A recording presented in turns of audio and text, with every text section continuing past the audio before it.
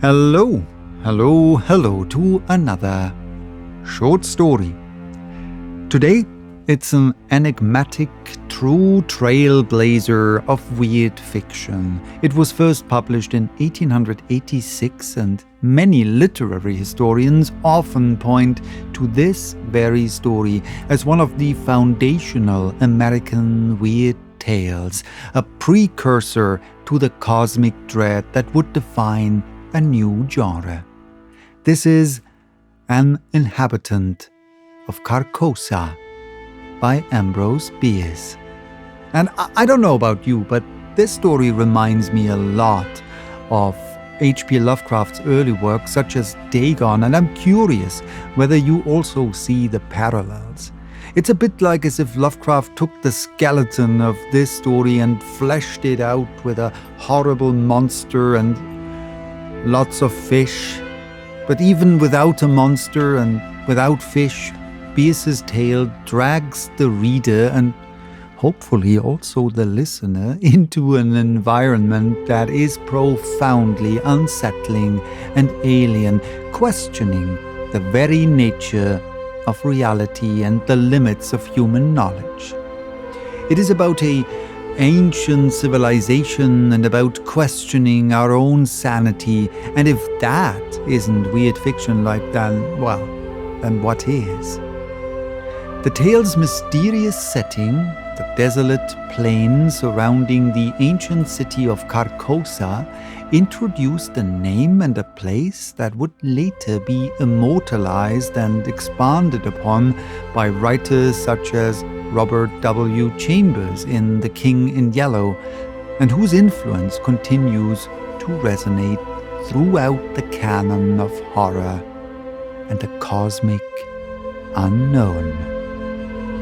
So, prepare yourself now to awaken on a strange road with a nameless traveler, an inhabitant of a place you do not, and perhaps cannot know. Here is An Inhabitant of Carcosa by Ambrose Bierce.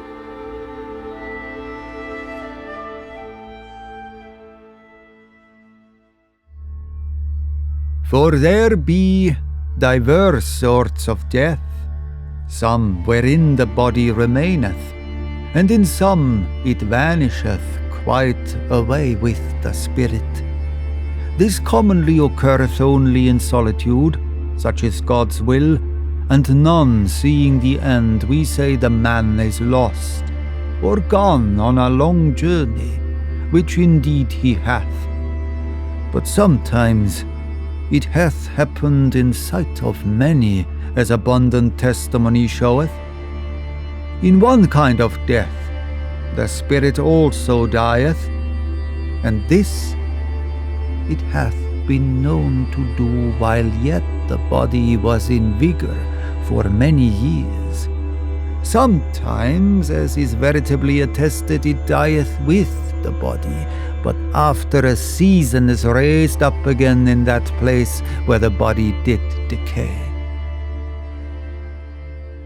Pondering these words of Harley, whom God rest, and questioning their full meaning as one who, having an intimation, yet doubts if there be not something behind other than that which he has discerned, I noted not whither I had strayed until a sudden chill wind striking my face revived in me a sense of my surroundings. I observed with astonishment that everything seemed unfamiliar. On every side of me stretched a bleak and desolate expanse of plain, covered with a tall overgrowth of sere grass, which rustled and whistled in the autumn wind with heaven knows what mysterious and disquieting suggestion. Protruded at long intervals above it stood strangely shaped and sombre-coloured rocks, which seemed to have an understanding with one another and to exchange looks of uncomfortable significance as if they had reared their heads to watch the issue of some foreseen event. A few blasted trees here and there appeared as leaders in this malevolent conspiracy of silent expectation. The day, I thought, must be far advanced, though the sun was invisible, and although sensible that the air was raw and chill, my consciousness of that fact was rather mental than physical. I had no feeling of discomfort. Over all the dismal landscape, a canopy of low lead-coloured clouds hung like a visible curse. In all this, there were a menace and a portent, a hint of evil, an intimation of doom. Bird, beast, or insect, there was none. The wind sighed in the bare branches of the dead trees, and the grey grass bent to whisper its dread secret to the earth. But no other sound nor motion broke the awful repose of that dismal place. I observed in the herbage a number of weather-worn stones, evidently shaped with tools. They were broken, covered with moss, and half sunken in the earth. Some lay prostrate, some leaned at various angles. None was vertical. There were obvious headstones of graves, though the graves themselves no longer existed as either mounds or depressions. The years had levelled all. Scattered here and there, more massive blocks showed where some pompous tomb or ambitious monument had once flung its feeble defiance at oblivion. So old seemed these relics, these vestiges of vanity and memorials of affection and piety, so battered and worn and stained, so neglected, deserted, forgotten the place, that I could not help thinking myself the discoverer of the burial ground of a prehistoric race of man whose very name was long extinct. Filled with these reflections, I was for some time heedless of the sequence of my own experiences, but soon I thought, how came I hither? A moment's reflection seemed to make this all clear and explain at the same time, though in a disquieting way, the singular character with which my fancy had invested all that I saw or heard. I was ill. I remembered now that I had been prostrated by a sudden fever, and that my family had told me that in my periods of delirium I had constantly cried out for liberty and air, and had been held in bed to prevent my escape out of doors. Now I had eluded the vigilance of my attendants, and had wandered hither to where? I could not conjecture. Clearly, I was at a considerable distance from the city where I dwelt, the ancient and famous city of Carcosa. No signs of human life were anywhere visible nor audible. No rising smoke, no watchdog's bark, no lowing of cattle, no shouts of children at play, nothing but that dismal burial place, with its air of mystery and dread, due to my own disordered brain.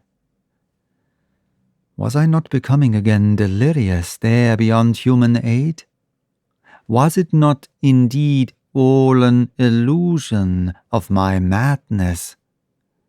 I called out aloud the names of my wives and sons, reached out my hands in search of theirs, even as I walked among the crumbling stones and in the withered grass. A noise behind me caused me to turn about. A wild animal, a lynx, was approaching. The thought came to me, if I break down here, in the desert, If the fever return and I fail, this beast will be at my throat. I sprang towards it, shouting. It trotted tranquilly by within a hand's breadth of me and disappeared behind a rock. A moment later, a man's head appeared to rise out of the ground a short distance away. He was ascending the farther slope of a low hill whose crest was hardly to be distinguished from the general level. His whole figure soon came into view against the background of grey cloud. He was half naked, half clad in skins. His hair was unkempt, his beard long and ragged. In one hand he carried a bow and arrow, the other held a blazing torch with a long trail of black smoke. He walked slowly and with caution, as if he feared falling into some open grave concealed by the tall grass. This strange apparition surprised but did not alarm, and taking such a course as to intercept him, I met him almost face to face, accosting him with the familiar salutation, "God keep you!" He gave no heed, nor did he arrest his pace. "Good stranger," I continued, "I am ill and lost. Direct me, I beseech you, to Carcosa." The man broke into a barbarous chant in an unknown tongue, passed on, and away. An owl on the branch of a decayed tree hooted dismally and was answered by another in the distance. Looking upward, I saw through a sudden rift in the clouds Aldebaran and the Hyades. In all this there was a hint of night. The lynx, the man with the torch, the owl. Yet I saw even the stars in absence of the darkness. I saw, but was apparently not seen nor heard. Under what awful spell did I exist? I seated myself at the root of a great tree, seriously to consider what it were best to do. That I was mad I could no longer doubt, yet recognized a ground of doubt in the conviction. Of fever I had no trace. I had, withal, a sense of exhilaration and vigor altogether unknown to me, a feeling of mental and physical exaltation. My senses seemed all alert. I could feel the air as a ponderous substance. I could hear the silence. A great root of the giant tree against whose trunk I leaned as I sat, held enclosed in its grasp a slab of stone, a part of which protruded into a recess formed by another root. The stone was thus partly protected from the weather, though greatly decomposed. Its edges were worn round, its corners eaten away, its surface deeply furrowed and scaled. Glittering particles of mica were visible in the earth about it, vestiges of its decomposition. This stone had apparently marked the grave out of which the tree had sprung ages ago. The tree's exacting roots had robbed the grave and made the stone a prisoner. A sudden wind pushed some dry leaves and twigs from the uppermost face of the stone. I saw the low relief letters of an inscription and bent to read it.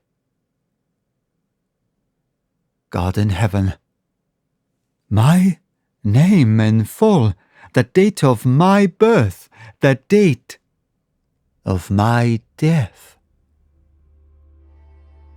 A level shaft of light illuminated the whole side of the tree as I sprang to my feet in terror. The sun was rising in the rosy east. I stood between the tree and his broad red disk.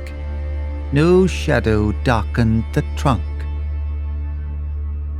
A chorus of howling wolves saluted the dawn. I saw them sitting on their haunches, singly and in groups, on the summits of irregular mounds and tumuli, filling a half of my desert prospect and extending to the horizon. And then I knew that these were the ruins of the ancient and famous city of Carcosa. Such are the facts imparted to the medium by rolls by the spirit Jose Alar Robardin.